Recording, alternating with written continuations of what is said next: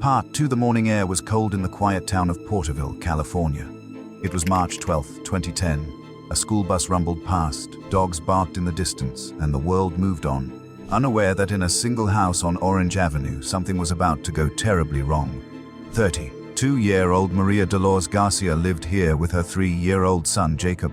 Maria was known to her neighbors as calm, loving, and fiercely protective. She worked part-time at a local salon and often walked Jacob to the park near their home. She had no enemies, no debts, no addictions.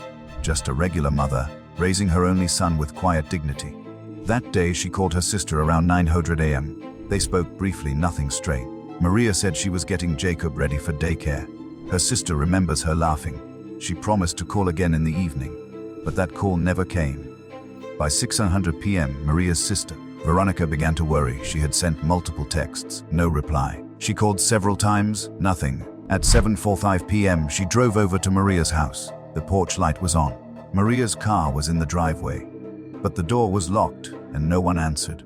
She peered through the front window and saw Jacob's toy truck tipped over on the living room rug. The TV was still on, dishes sat in the sink. It looked like someone had just stepped out, but no one returned. Veronica called 911. When police arrived, they entered the home with Veronica's permission.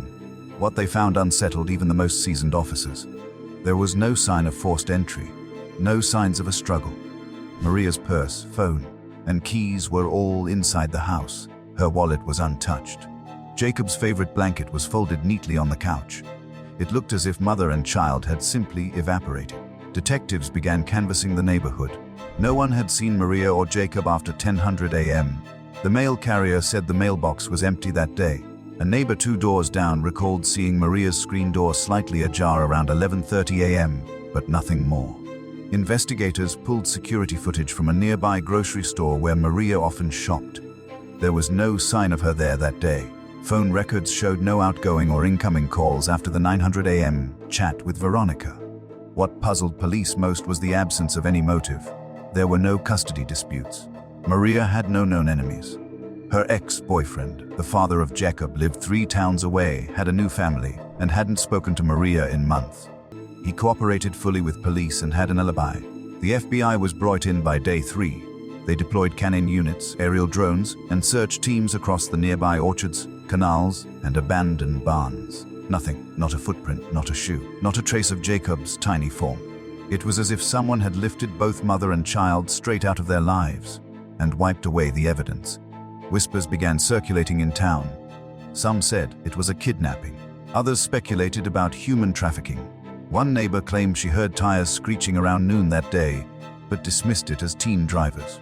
The deeper detectives looked, the more questions surfaced. Maria's phone had been found on the kitchen counter, but data showed it had been unlocked one more time after the 9:00 a.m. call. That access occurred at 11:40 a.m. No call, no text, just a screen wake. Was it Maria or someone else? The garage was checked thoroughly. Nothing, no fingerprints that didn't belong, no drag marks, no blood, no hair. Even Jacob's sippy cup was washed and placed upside down to dry. One officer whispered to his partner, "This doesn't feel like a normal missing person case. This feels like someone knew exactly what they were doing." Maria's social media was untouched. No strange DMs, no deleted accounts, no private messages indicating fear or concern. Her bank account remained untouched. Jacob's daycare said she hadn't called to cancel, and they were expecting him that afternoon. By the end of the first week, authorities were grasping at air. A town watched in disbelief as 2 lives disappeared without a single sound. No ransom note, no message, no goodbye. People began locking their doors tighter. Mothers held their children closer.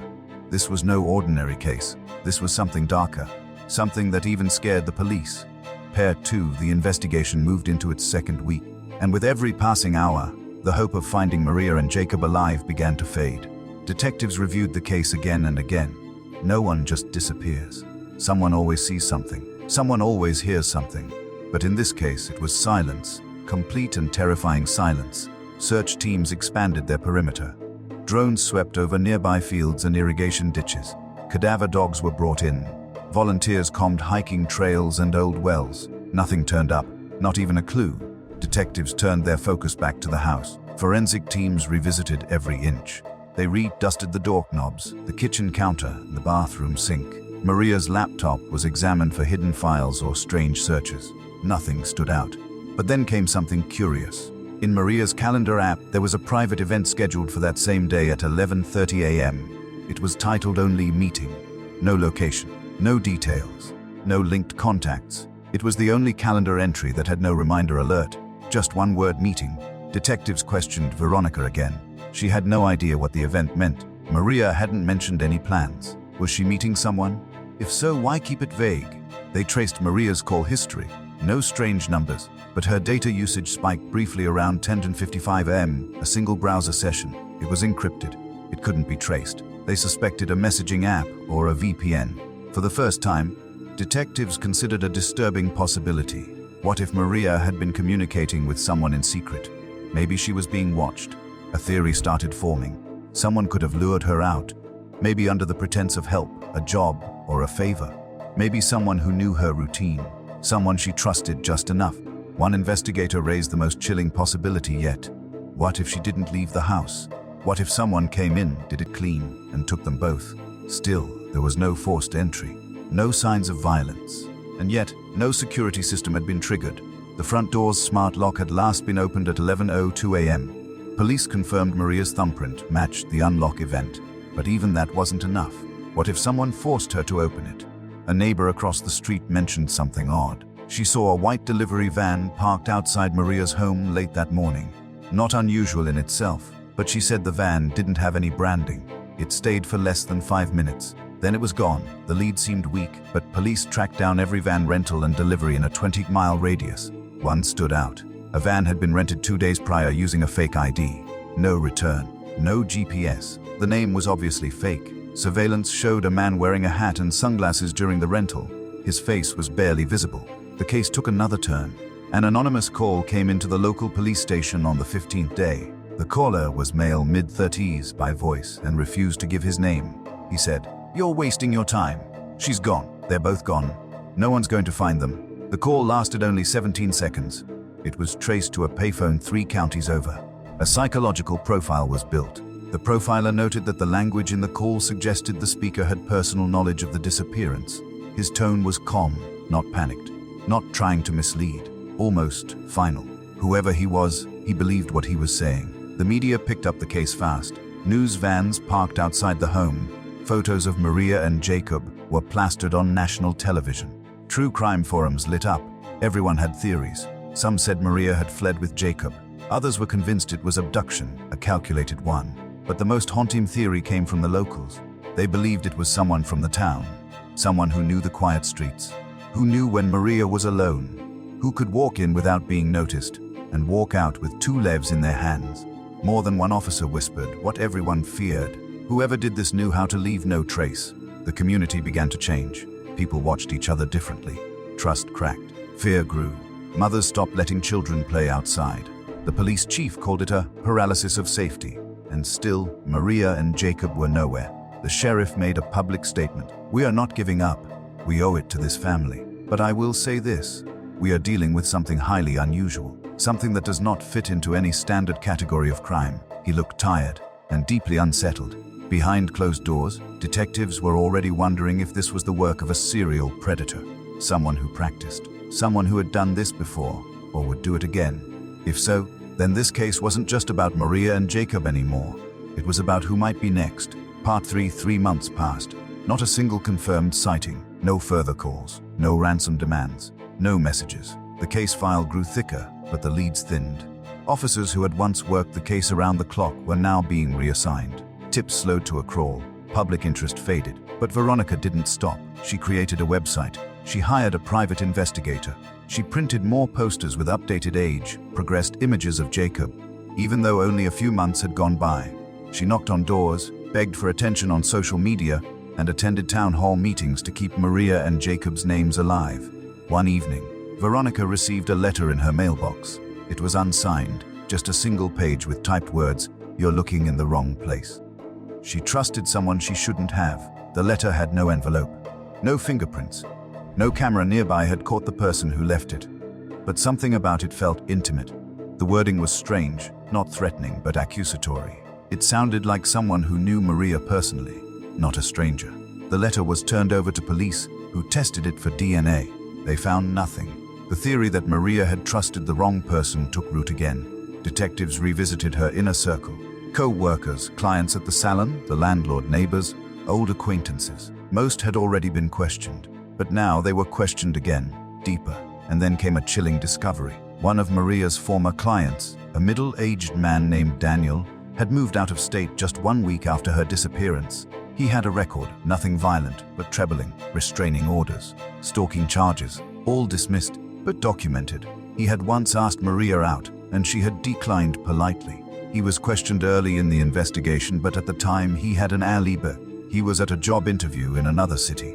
But now, that alibi came under review. The company he claimed to interview with no longer existed. It had dissolved months earlier. Detectives tracked him down in Arizona. He was living under a different name, working at a scrapyard. He denied knowing anything about Maria's disappearance, claimed he moved for a fresh start, claimed the interview was arranged through a friend who must have gotten the details wrong. But police noticed something strange during the interview. He kept referring to Jacob in the past tense. They asked why. He shrugged, said maybe he read it somewhere, but he was visibly sweating. His hands trembled slightly when he adjusted his collar. They got a warrant to search his storage unit. Inside, they found nothing conclusive. But in a box of unrelated items, they discovered a small stuffed animal, a gray rabbit, torn at the ear. It matched a toy Jacob was frequently photographed with. Veronica confirmed it was his. DNA testing was inconclusive. The toy had been wiped clean. Police now had a suspect, but no body, no witness, no direct evidence. And without that, there was no arrest. Meanwhile, the town remained under the shadow of the case. A growing number of parents pulled their children from public daycare. Real estate prices dropped. Community events were cancelled. The sense of safety had rotted from within. Then came another anonymous tip, this time via email. He didn't do it alone. There's more than one. Look closer to the home.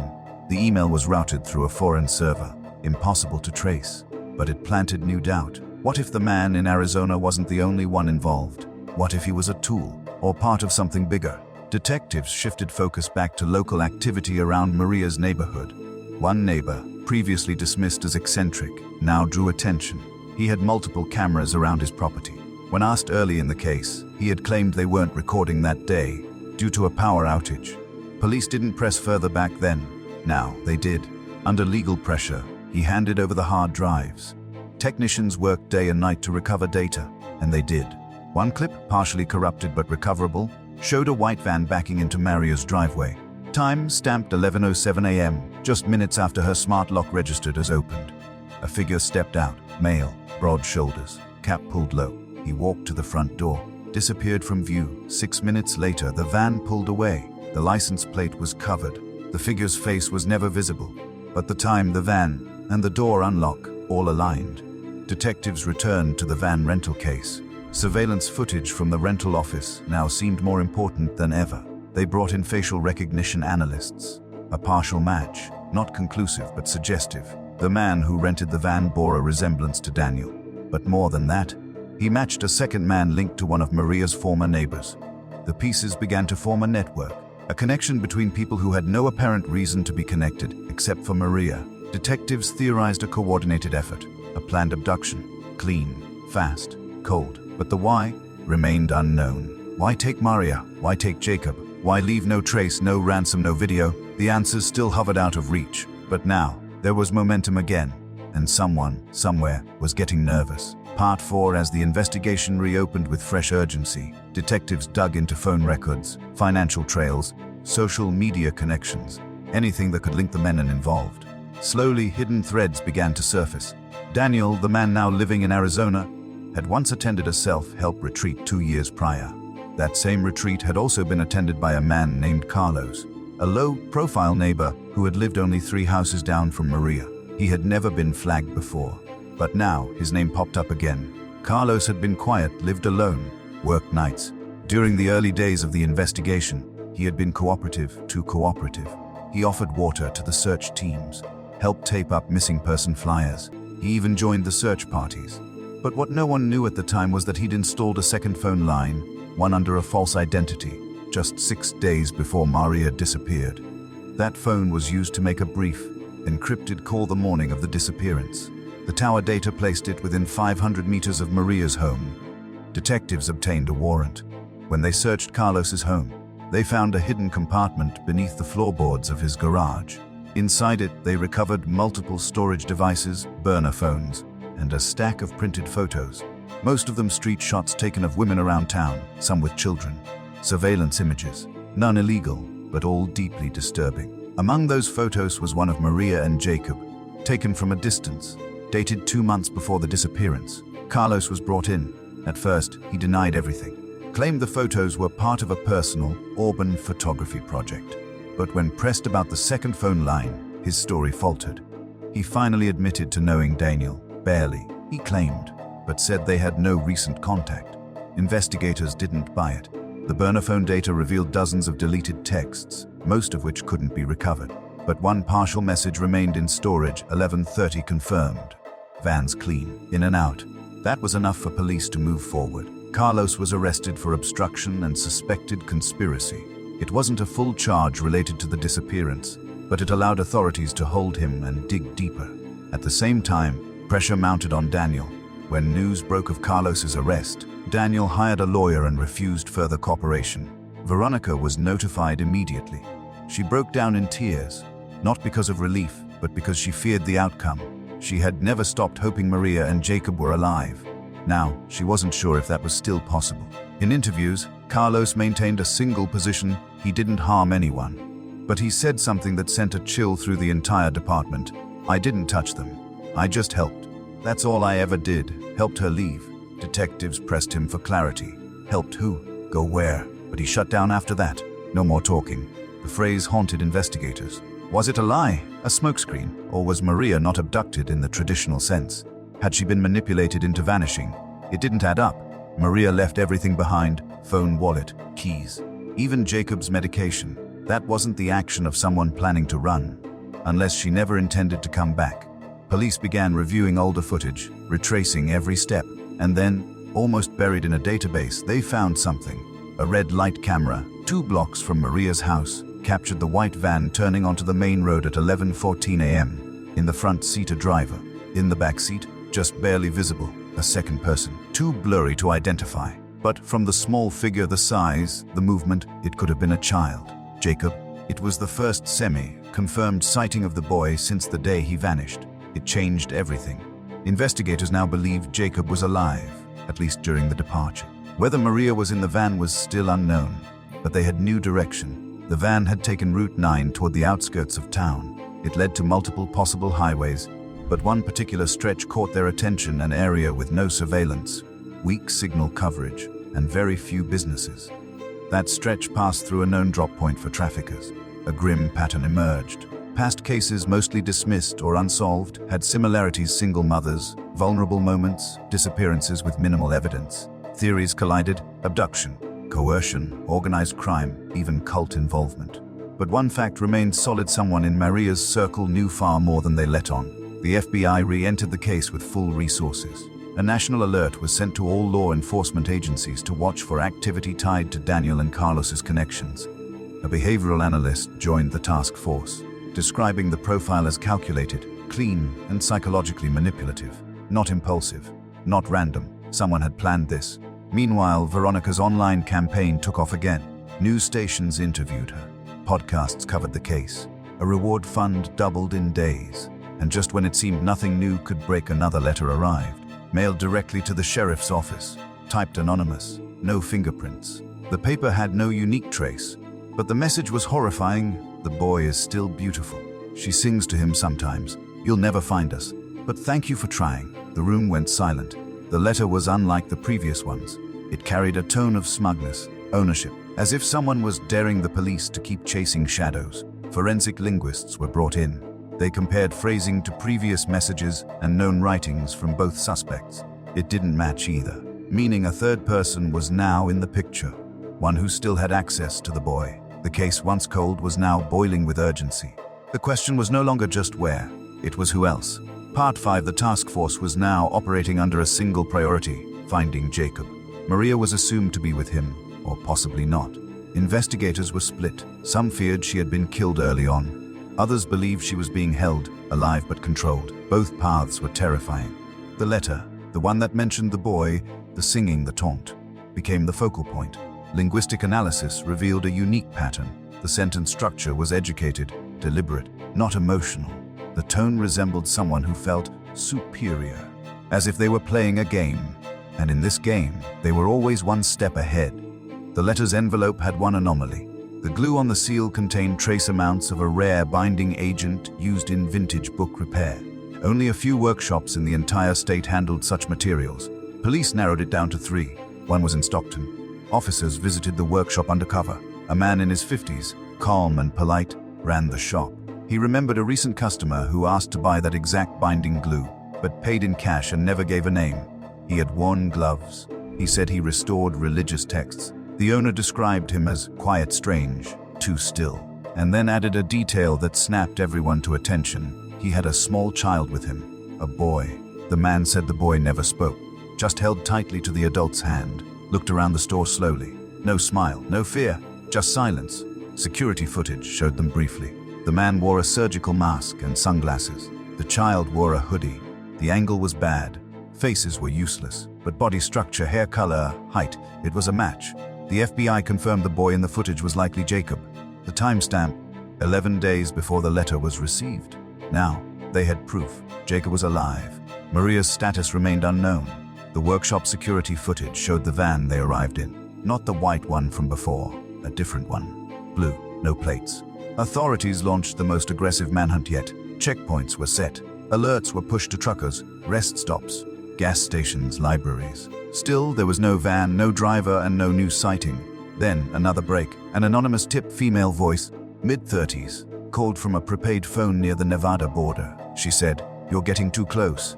He's planning to move again. The boy's not safe anymore." Before police could trace the call, it ended. But they now knew something crucial. Whoever was behind this was about to vanish again. And this time, they might not leave the boy alive. Time was collapsing. 2 hours later, a police cruiser spotted a blue van matching the description outside a rest area near Carson City. Officers approached carefully.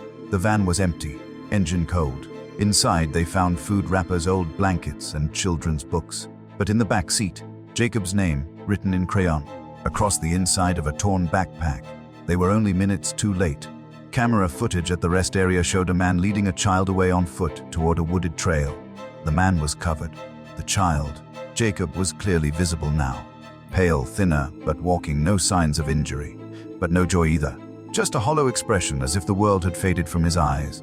Police followed the trail for 4 miles, then found a small cabin, abandoned. Inside were signs of recent activity. 2 sleeping bags, food, medical supplies, no people, but they found something that would change everything.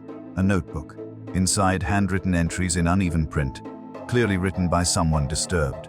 Over a dozen pages, entries referenced training the boy, removing the mother, teaching silence, and preparing for the shift. But then one entry stood out.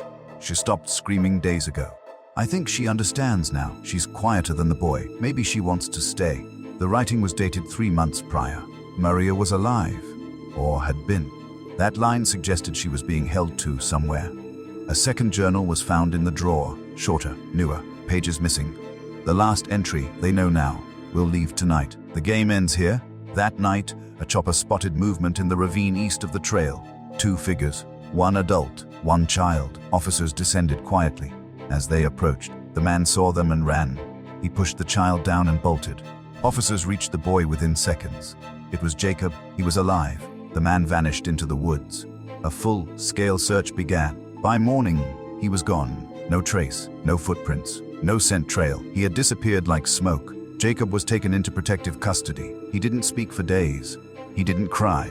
He didn't ask for his mother. When shown pictures of Maria, he stared blankly, then whispered just one thing. "She told me not to make a sound." That was all. To this day, Maria has never been found. No body, no confirmed sighting, just silence. Carlos remains in custody. Daniel has disappeared. The man who took Jacob, never identified. The case is still open. A town remains haunted, and a child once full of life now wakes every night screaming in silence.